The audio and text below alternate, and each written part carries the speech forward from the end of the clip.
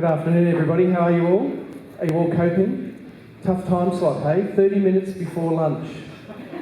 Can I keep you all entertained? I'm hoping I can, right? With all of this really fantastic and interesting content I'm about to share with you. Not talking it up too much or anything. Thank you very much. Yeah, so a little bit about me, if you haven't seen me yet. I'm the Managing Director of Chauffeur Australia. I've been with Chauffeur for 10 years now, but I've been in the industry for about 25 years. Range of experience all the way from concepting, costing, drawing, designing, through to project management and sales, of course. So yeah, let's get into it. So there's a little bit of an agenda for today's slides. 30 minutes, I've got about 37 slides, so I've already broken the golden rule. Too many slides, but let's see how we go. Why e-commerce? How is e-commerce different? What are some of your options? I've got a couple of really interesting case studies that we'll have a look at, and when and where to invest. All right, so let's get straight into it. So I think some of the biggest questions that we have to answer today is, has e-commerce been normalised? And I think online shipping these days really has been. I think everybody feels that online shopping is the way to go. It's easy, it's convenient, I can order it from home, it gets delivered to me quickly. So I think the answer to that is yes, it has been normalised. But after this post-pandemic surge of e-commerce, is it going to continue? That's the big question. And in what sort of volumes will it continue? So yeah, will customers continue to shop online? A little bit of statistics here. I won't bore you too much with all of this, but that first one is really interesting, especially for this area and this region. 95% of consumers in Asia Pacific say they shopped online regularly. 95%, that's a huge number. And not just shopped online occasionally, but regularly. And look at it for the US, only 70% of people in the US say they ever shop online. They're not my stats, I didn't make them up. Inside Retail told me that. So it's quite interesting, yeah? Asia Pacific heads the region in terms of online sales, with North America ranking a distant second. And this last one I love as well. Asia Pacific's e-commerce sales are expected to nearly double by 2025. Double! So if you're in e-commerce and you have a warehouse, you've got a problem coming your way. I've got a few questions here for you. Are you awkwardly dealing with e-commerce orders currently in your facility? Is e-commerce fulfilment an afterthought in your supply chain? What are your options to streamline, improve efficiency and speed of response, and how a minimal investment in automation could make a significant difference? So how is e-commerce different? We're just going to go through a few things here. And different to what? It's different to delivering to your traditional bricks and mortar store. So Country Road, for instance, which we're going to have a look at shortly, has hundreds of bricks and mortar, traditional bricks and mortar stores. But they also have a huge, growing online e-commerce business as well. One of the biggest differences is we now have many small orders in an e-commerce environment, whereas traditionally you would send big orders and small quantities of big orders to stores. You're now sending small orders with small quantities to lots and lots of people. Not stores, but people. Traditionally, and most of the time, we see high number of SKUs for e-commerce. That's what we normally see. And a high percentage of returns. And that's a real key one, because returns is what kills you in e-commerce. Yes, it costs you a lot to get it out the door, but returns can cost you a lot to bring it back in. Special packaging requirements. Country Road, for instance, has 4 brands, Witchery, Mimco, Trenery, as well as Country Road. And the Mimco brand, for all of the ladies and the good husbands in the room who are buying these products for their wives, Mimco is a very a highly sought after expensive product which is personalised quite often. And what do I mean by personalised? It's embossed with your initials if you want it. And they do that through the e-commerce process. Fast speed of response, of course, and very high peaks compared to the average. And that kills your automation, that high peak. And very unpredictable growth rates. Although if we believe the stats that I showed you before, it's going to double by 2025. Why are online orders more difficult? So that's a traditional store order there. I'm going to pick 20 order lines, I'm going to work my way through some shelving or some selective racking, whatever it might be, and I'm going to optimise my pick path. So I'm going to start there at the bottom left-hand corner and I'm going to work my way through the bottom shelving, and then I'm going to go up to the top and work my way back. And what that's doing is I'm doing what's called a U-pick. So I'm not wasting any travel time. It's really a convenient and efficient way to pick. But those 20 order lines, if I was to take 20 e-commerce order lines instead of store order lines and translate that into what a traditional now e-commerce pick would look like, with 2 orders per line, I go and pick my 2 orders per line, then the next order, then the next order, and so on and so on. And you can even just see with the lines there on the page that I've got the same number of picks, 20, but unfortunately it's taken me 2 to 3 times the travel distance to pick those orders. Now when a picker traditionally spends 60% of their time walking and not picking in the DC, that's significantly less efficient, isn't it? So, one of the things that we talk about is integrating your e-commerce business into your traditional bricks and mortar distribution centre. And what are the benefits of that? Obviously, lots of efficiencies. 1 WMS, single group of overheads for people in the warehouse. You should be able to lower your order picking costs, lower your infrastructure costs, and of course only one warehouse management system. So now we're going to talk about some of the methodologies that we can use and employ to pick online orders in a traditional DC. This is without too much investment in anything really, this is just strategies. So what we can do is we can batch pick and sort, and there's lots of ways to batch pick and sort. We can batch pick and sort by order, we can batch pick and sort by SKU, but what I'm going to talk about here first is just batch picking by order. So that same model that I showed you before, which was the 10 orders, you can see them on the right-hand side there with all those nice pretty coloured dots. What we do is we batch all those orders together, and instead of doing what we did before, which is the left-hand side of the slide there, and we pick one order and we go out and we pick the 2 order lines for that order, we now go and pick 10 of those orders and we batch them all together. And maybe they'll fit in one tote, maybe they won't fit in one tote, but we're going to batch them all together anyway, and we're going to fit them, and we're going to pick them all. Now, hopefully they do fit in one tote because that makes life a lot easier. So there is a little bit of technology there that we need to talk about in our WMS or in our picking solution that needs to do the cubing for us to understand whether or not we can fit all those orders into the one tote or the one item, carrier, cardboard box, whatever it might be. So once we've batch picked by order, there's another way that we can do this as well. We can batch pick by SKU.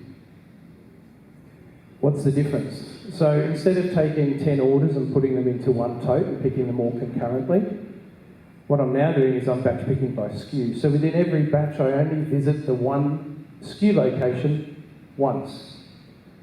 So that's quite efficient, isn't it? It's very efficient. It reduces the walking, and remember I told you just shortly, just before, that 60% of the picker's time is spent walking. So if I can reduce the walking and only hit that SKU once in the DC per batch, that's a good bang for your buck. So what are we going to do? We're going to walk around the DC and we're going to put all of the SKUs for the batch. I don't know how big the order batch is, let's say 10 orders. And we're going to pick them all at the same time. So I'm going to visit the location, and across those 10 orders, I'm going to batch together all of the items that I need to pick. So it's a very efficient pick, which is great.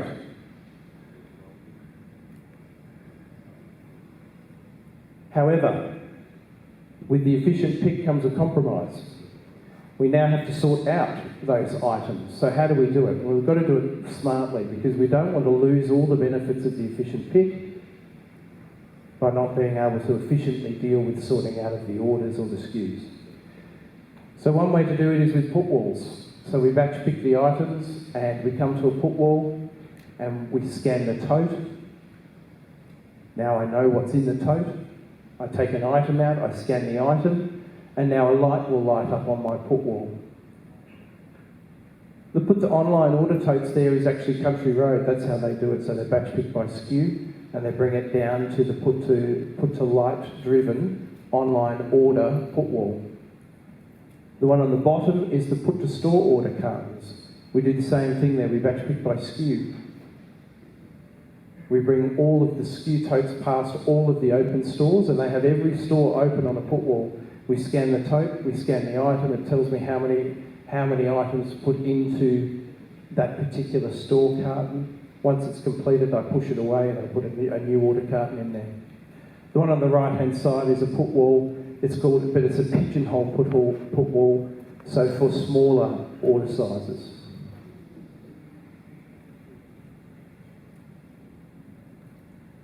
Batch picking and repacking of online orders. This is quite an efficient way to do it. So what we do is, traditionally we will actually batch pick multiple orders to one tote. So again, all of the items for that order fit in the one tote. We batch them all together, we send them down to an operator. This is the second case study that we have. The operator scans the tote, scans the item, the light lights up, and by the time she's taken all of the items out of that tote, all of the orders will have been completed. When an order is completed, because they get completed progressively as the items start to be scanned and taken out of the tote, we will print out the label, the dispatch label. You can put it in a satchel, a cardboard box, whatever the case may be, a shipper of some sort, and then you complete that order right there with the repack process at the same time. So yes, you are touching the items multiple times, but you're not moving very far. So you've reduced that big 60% of the picker's time walking, and you've added a small overhead here with the repacking and the sorting of the orders. Of course, with e-commerce, traditional e-commerce order 1 to 2, maybe 3 lines per order if you're lucky. We normally see 1.2. That's fairly static in the industry. So what we do is, on single piece orders are a free kick really. So you batch all of your single piece orders together out of all of your orders that you've received, and you pick them all at the same time. So again, as many as you can fit into the tote through cubing and the cubing algorithm that's either running in your picking solution or in the WMS, you cube them all together. When that tote makes its way through the picking of the warehouse, it gets full. When it comes down to the repack station, every item in that tote is an order, a discrete order. So you can take that item out of the tote, you can scan it. The dispatch label will print out. Any associated paperwork, invoices, anything like that will print out. You put it all in the tote, in the cardboard box or in the satchel, and the order's good to go. Very efficient way to do it, and if you're not batching your single piece online orders, you need to. Cluster picking. So cluster picking is slightly different to what we've talked about. Cluster picking is batching multiple orders together. So you've got a trolley, which you can see here, and on that trolley she has 6 orders, and she's walking around the facility and concurrently picking 6 orders at a time. Often driven by some sort of technology where the orders will be inducted onto the trolley, hence the barcodes. The operator will then be asked to go to specific locations where the picking solution will optimise the pick path, and when you get to a location, you pick the items. So no, the benefit of this solution is that there is no sorting out afterwards, because you're actually discreetly picking each order. The downside is you've got to walk around with that big trolley. So a few case studies. I've got a video here, so I can stop talking. You don't have to continue to listen to me. But this is Country Road. It's, as I said, 4 brands: Mimco, Witchery, Trenery and Country Road, servicing Australia and New Zealand. You'll hear from a gentleman called Peter Fuscarinas. He is the head of logistics at Country Road, and it was inspirational and the visionary in bringing this solution back in-house for Country Road. So they were delivering to customers and stores through 3PLs, multiple 3PLs for a number of years, but they wanted to bring it in-house. I won't steal Peter's thunder, I'll let him tell you a bit about it.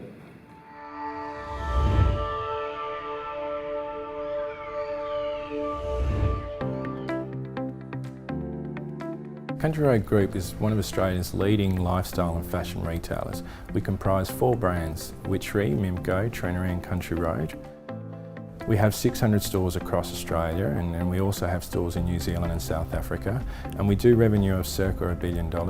Originally Country Road, we did an in-house distribution, followed by outsourcing it to a couple of our 3PL providers. So with time, supply chain got more and more complicated. Rapid replenishment became more and more important to our stores as we tried to focus on-shelf product availability. In the recent years, online has continued to grow and eventually has become our biggest store and probably one of our most important stores. What we realised is we didn't want to outsource that function, we wanted to keep that in-house.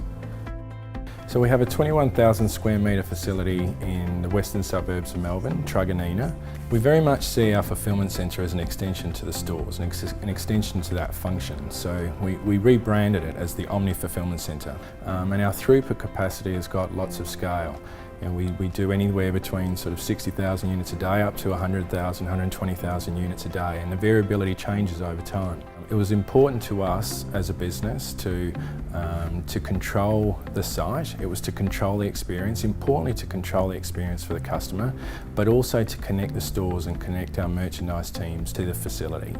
As a business, what we thought was important was that we had an internal competency in this space. We see supply chain as a competitive advantage for the future, and having a site and developing it over time is what was key to our thinking.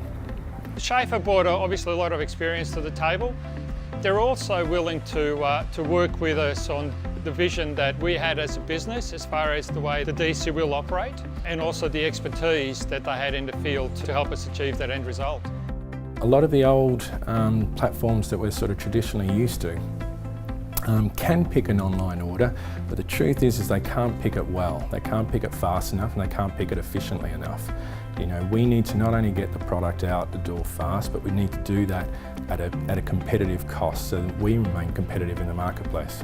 We were looking for a partner that we knew was leading the retail space, not just in Australia but globally, because we're an international company. We had 4 brands to move, and like I said, we wanted to move one at a time, and Schaefer was certainly on board with their schedule and obviously on site to support us through those moves, and obviously making sure that we didn't impact our customer service during that time. The solution that we've developed is a clever system. It's allowed us to get orders out the door fast, it's allowed to increase our volume and throughput capacity, but we haven't over-capitalised in our investment. They came with the solution that we believe would be the best, not only for now, but for future growth. Our service offering to our customers has been outstanding. We're getting orders out the door day one. It's something that we couldn't do before. We previously weren't geared up to handle the types of volumes that online has introduced to our business. It's given us flexibility. It's allowed us to support all the brands in an independent way. We have tailored solutions across our brands. We support them like we're a third party. We support them like they're individual in nature, but at the same time, we consolidate them to get the benefits and the leverage of that scale.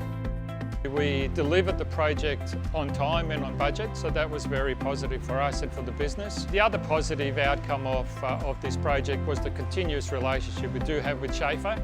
So when there are things that we want to improve and make changes that will improve the business, we can certainly call on Schaefer and work together and just continue on that journey. And the other one is the positive experience of the people on the shop floor. I think they certainly enjoy working at a site like ours.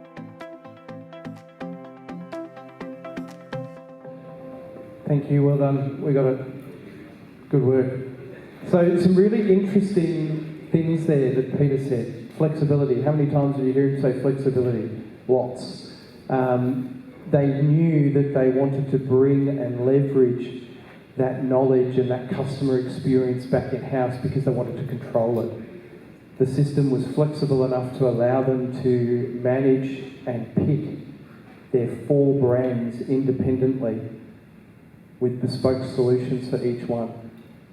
So they're the key takeouts that Peter had of that solution. It is, for all intents and purposes, a goods-to-person solution. It's just people are doing the picking to send them to other people to put. So it's quite an interesting solution. In the interest of time, we'll just skip along. So good segue, here is an automated goods-to-person solution. So as you can see, top right-hand corner there, pharmaceutical solution there in Western Australia that we delivered a number of years ago now. But very nice product to be able to pick in that sort of an environment. Good productivity, anywhere between 500 to 1,500 picks per hour per station. Operator can pick from 1 SKU target tote, which is the blue tote up above, to 7 orders underneath. All of the totes are delivered automatically, all of the order cartons are delivered automatically as well.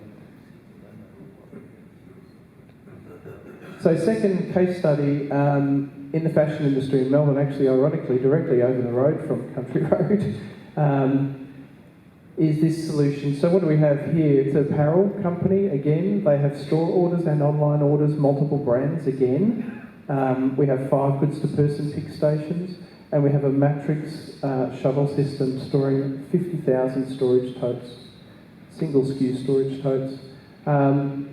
We have 20 online repack stations with put walls, and a satchel sortation system, which is for the outbound satchels that go to the customer, and a carton sorter. So a few little things here. This is what the pick station looks like. You can see on the far right-hand side there is a batched online order tote.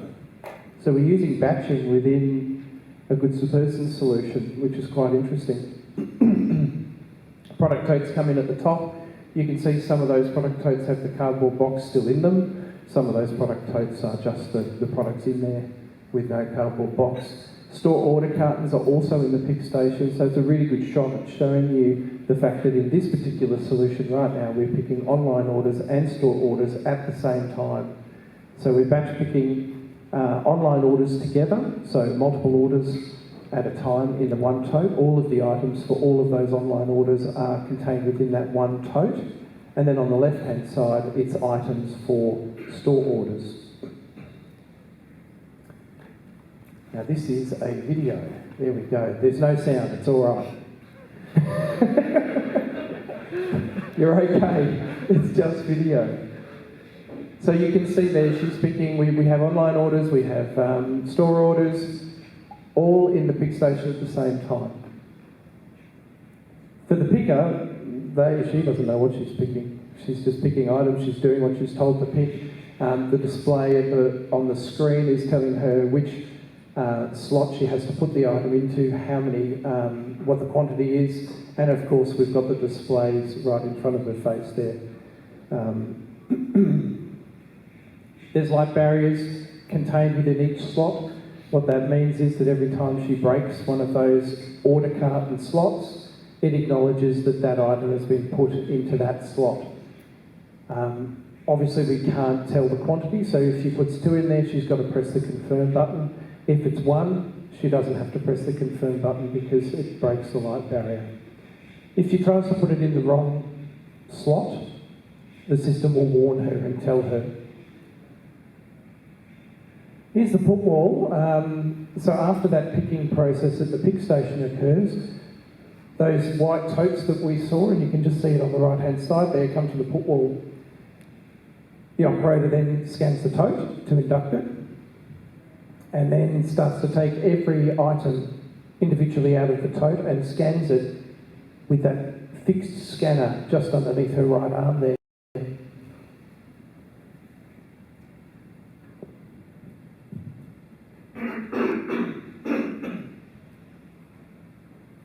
So once she's finished scanning all of these items and confirming the location, all of the orders will have been sorted back out to individual orders. You can see her scanning the item. You can see the light flashing where she's got to push it. She presses the button to confirm it's been put in that location. That slot now is complete, so that order's complete. She's confirmed that she's taken the items out of that slot. She's got to pick a satchel. Label's already been printed automatically in the background. She places the items in the satchel,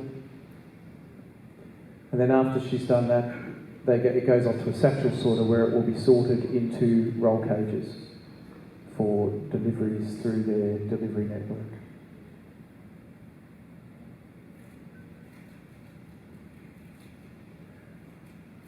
There's the satchel sorter. You can see the roll cages on the right-hand side. Okay, when and where to invest. Things to consider. You must analyse your business before making any decisions. There's a long process, consultation process that must occur. As a provider, the most important thing for me is to meet with you, talk to you, walk around the DC, just ask general questions of the DC operators, of the pickers. It's amazing what somebody on the floor will tell you is the challenge. And it's amazing to find the difference between the guy running the warehouse or the person running the warehouse and what the people on the floor will tell you the issues are. It's amazing. Sometimes they're the polar opposites, which is really weird. So I like to have those conversations. I walk around, ask lots of questions, and then I ask what are the biggest pain points for everybody. And again, they vary depending on their position in the company and their responsibility. So there's a lot of those things that we need to consider. I'm going to start to talk just quickly before lunch, mindful of time, about some different solutions. So some low cost opportunities could be a mezzanine, for instance, which we saw before. Increases the storage density, uses the high density of storage, so really does increase your opportunity to pick concurrently or to batch pick with high efficiency. Introduction of conveyors and AGVs, again, can reduce the walking time because now you're bringing the order cartons to the operators, so they're no longer walking around the warehouse. And of course, different picking options for online orders. What do you do? I mean, it really does depend on how you're operating now. It really does. It depends what base you're coming from. If you have minimal technology in your DC, some investment in automation will have big benefits. Big benefits. For instance, in a manual warehouse, when associates will spend 60% of their time walking around, bringing goods to them will really increase the efficiency of the items picked. There's an example of a cluster picking or a batch pick to SKU or order mezzanine. Now, most DCs that you walk into will have some sort of picking system like this, whether it's single level or multi-level. They'll have some sort of solution that looks like that. So one option is just to put in a very basic conveyor system there, which just helps to automate bringing the order cartons up to the mezzanine. You can also utilise that to bring SKUs up to the mezzanine as well, so it helps with replenishment. This particular solution is based on cluster pick, so basically we build a trolley at each one of those diverts on the level, and we walk around the mezzanine, complete all the picks, and then bring those totes back, and they put it on the conveyor system. All orders start on the top level, and then they work to the second level. So if there's subsequent picks on the second level and the ground level, they're done there as well. If there's only picks on the ground level, we induct those separately, of course, and then we go and pick those on their own. There is a footwall there, so that allows us to utilise the efficiencies that batch picking gives us. But that's one example of something that you would take a very traditional type solution with low automation, add those conveyors to picking technology, and then all of a sudden you've got some really good efficiencies. If you want to take that one step further, so your business has grown 5 times or doubled in 2025, as we've been told, you can put in the next level of automation, which is this pouch sortation technology that we've been talking about, well, I talked about a bit earlier on today. What does that mean? I can batch pick by SKU now. I don't necessarily need to worry about the orders. I batch pick by SKU, and each one of those items individually is put into a pouch. And why don't I just talk about it here? So, they're batch picked out of the mezzanine, they come down to somebody who then puts them into an individual pouch. When they're put into that pouch, they just go up into a buffer storage system. Individually scanned, so we know which item is in which pouch.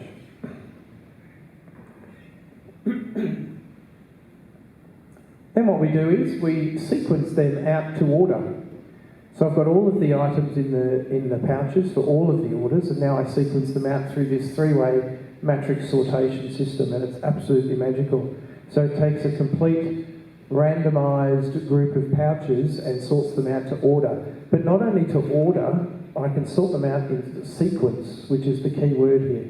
Not sort, sequence is the key word. So if you are in apparel, because we've been talking about apparel a lot, and you would like to have everything come in the carton in size order, so it's very simple for you to put onto the store shelf, we can do that. It doesn't care if there's 1 item, 2 items, or 15 items in an order. It makes no difference. So very versatile when it comes to fulfilling online and store orders at the same time. And what do we do at the other end? So once it comes to the other end, we literally just take those items out of the pouch. You can see that they're grouped together in clusters of pouches, and then all of the items in those clusters is for the one order. And that's it. Any questions?